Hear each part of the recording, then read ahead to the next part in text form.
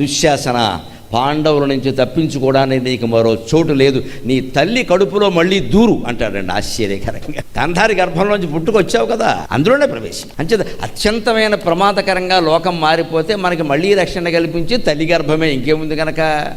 ఇప్పుడు ఆ గర్భంలోంచి బయటికి రావడమే కానీ లోపలికి వెళ్ళే అవకాశం లేదే, ఎన్ని ఆపరేషన్లు చేసినా. అందుకని జగన్మాతృ గర్భం, శ్రీకృష్ణ పరమాత్మ గర్భంలో మనం ఉన్నాము అని భావించడం ఒక్కటే మార్గం, వేరే మార్గాలు. ఎప్పుడు భయం కలిగినా బాధ కలిగినా పరమాత్మ గర్భంలో ఉన్నాం, మనకేమిటి దాంట్లో ప్రత్యేకించి ప్రవేశించే ఉన్నాం. ఆ భావన మనస్సులో నెలకొనేలా చేసుకోవాలి. అదే ఇక్కడ చెబుతున్నారాయన. అన్ని గుణాలు మనలోనే ఉన్నాయి. ఆ దేవగుణాలకు శత్రువులు రాక్షసులు. ఆ రాక్షసుల్ని, మనలో ఉండే రాక్షస గుణాలని మనం సంహరించాలి అంటే కృష్ణ నామస్మరణ చెయ్యాలమ్మా, మరో మార్గం లేదు. అన్ని గుణాలు మనస్సులోంచే పుడుతున్నాయి కదా. ఆ మనస్సులో భగవన్నామస్మరణ పెంచామనుకోండి, చెడ్డ ఆలోచన ఎందుకు వస్తుందండి, మంచి ఆలోచన వస్తుంది.